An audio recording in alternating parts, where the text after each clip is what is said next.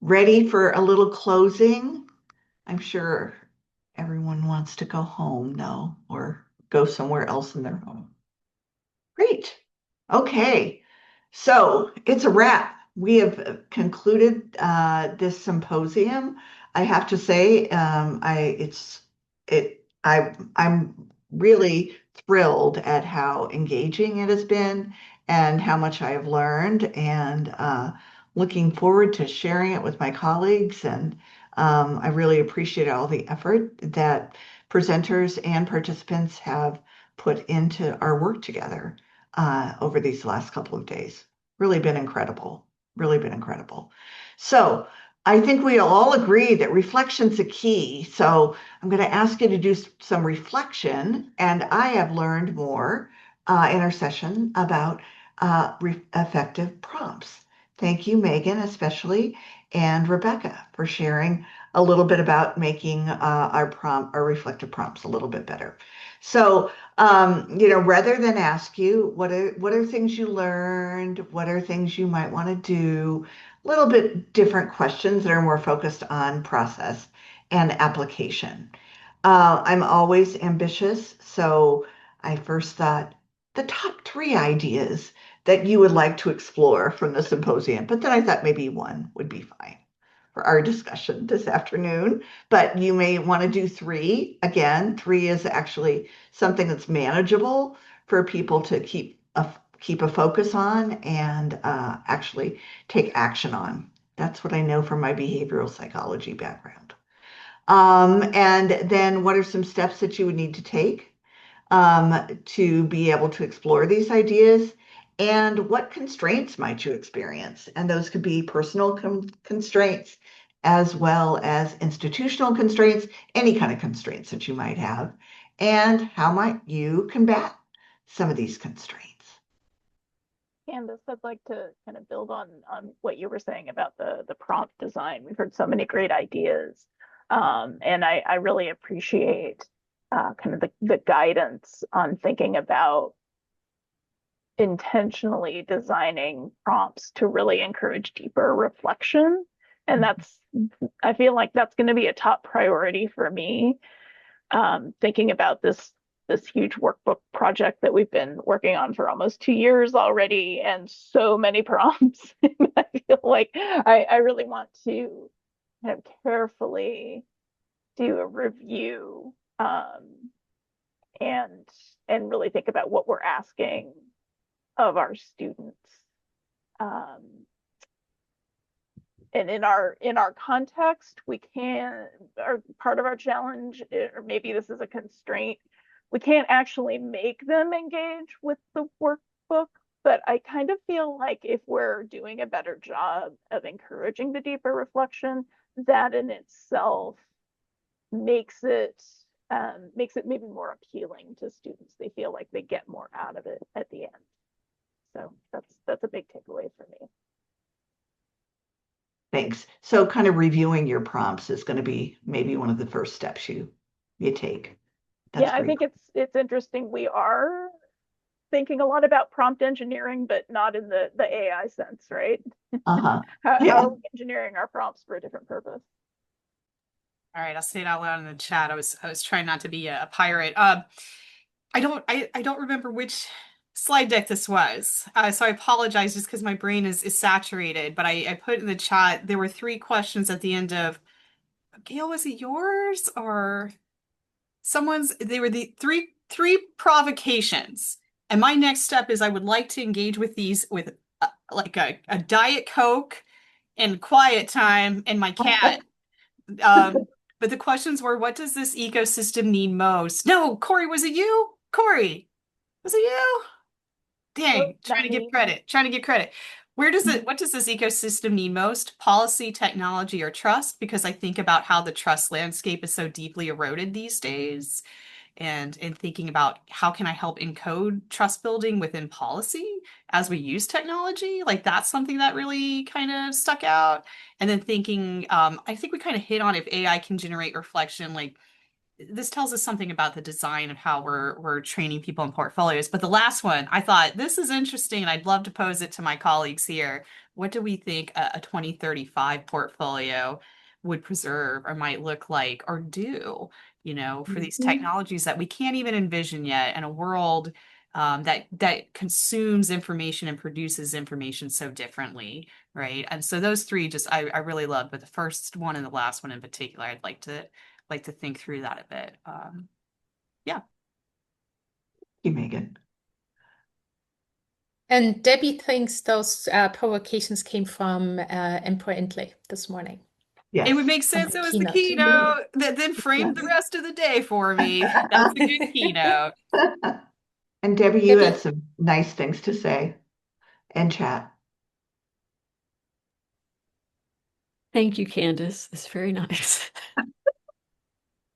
I get to talk to Canvas weekly, so I feel lucky.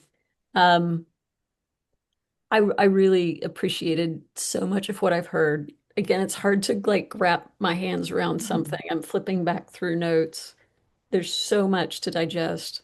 Um, but I'm walking away with teachers at the heart of it because we care about learning and we care about expanding and changing the way we do things. And that openness is so clear among our able scholars.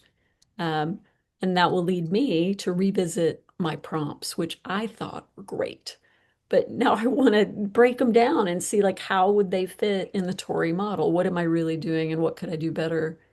Um, I want to think more strategically about how I coach faculty with design because I already coach students. And it doesn't take a ton of time.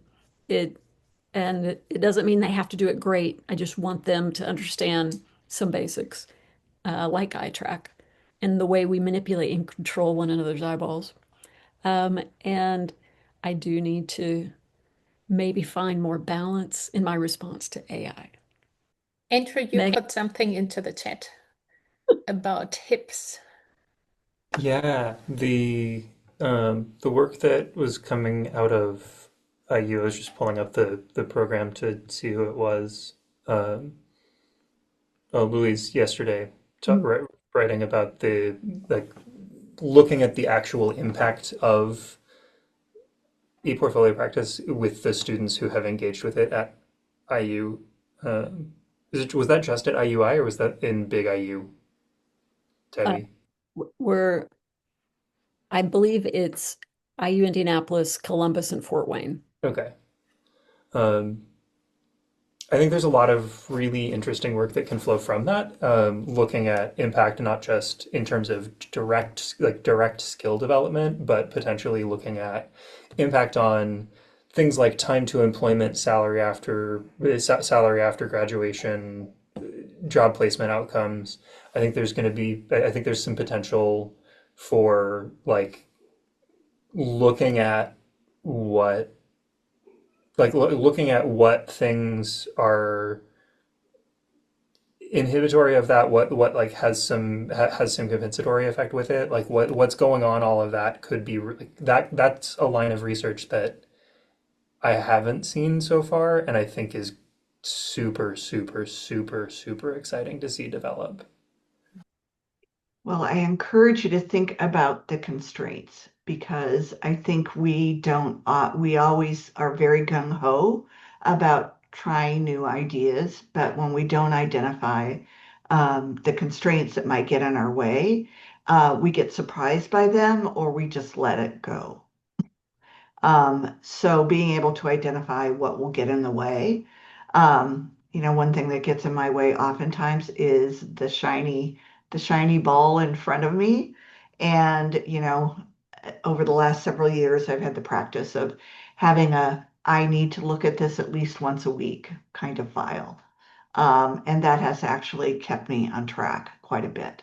It's not super formalized, not a to-do list, but don't forget these things kind of list. So I hope you have, worked through your constraints to be able to apply some of the things that you've learned in our time together these last couple of days.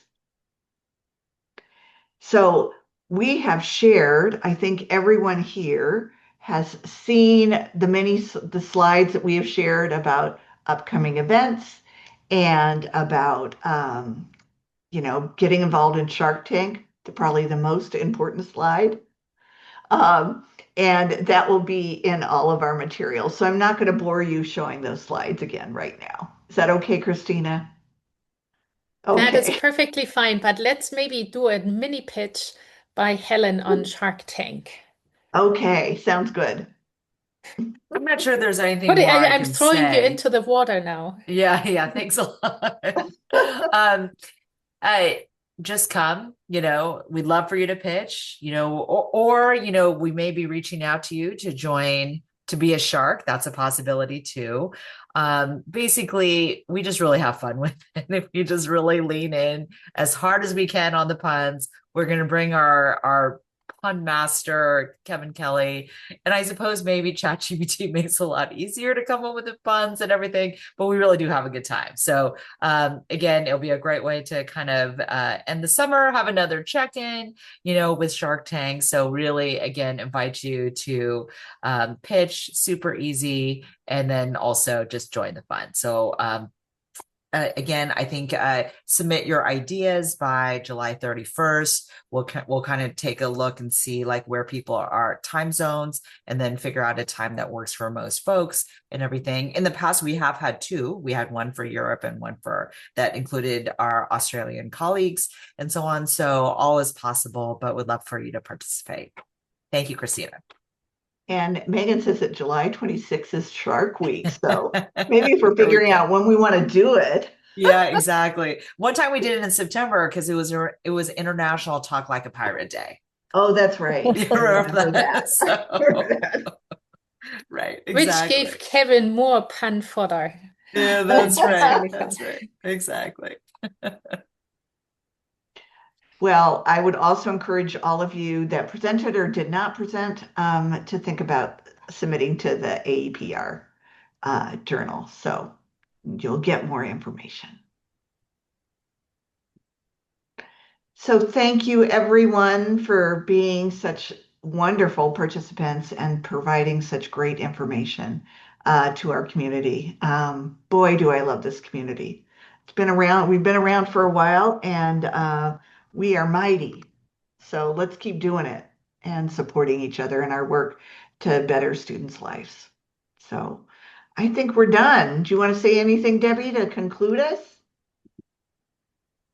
I just want to thank everybody. Like, I love this. I'm so thrilled to be part of the community, and I am so impressed by the work you do, the passion you have for reaching students and supporting faculty and expanding people's understandings of the world and ours. But special thanks to the entire planning committee. Many of you are still in the room. And Christina, who is so patient with me and, and so insightful and wise. And I really, really appreciate you, Candice, Helen. Like, you all have been fabulous. And I just want to give you all a round of applause. And there's so many others who are not in the room that really pulled this off. And the people who've been at both of these, Gail, so patient, and like globe to globe, and Megan pouring everything out on the stage and being so supportive of everybody, and then being here too. And I'm just excited about the future. I really think we're at this kind of turning point, and I'm excited to see what happens next. But thank you all so much. And Andrew, we have much to do.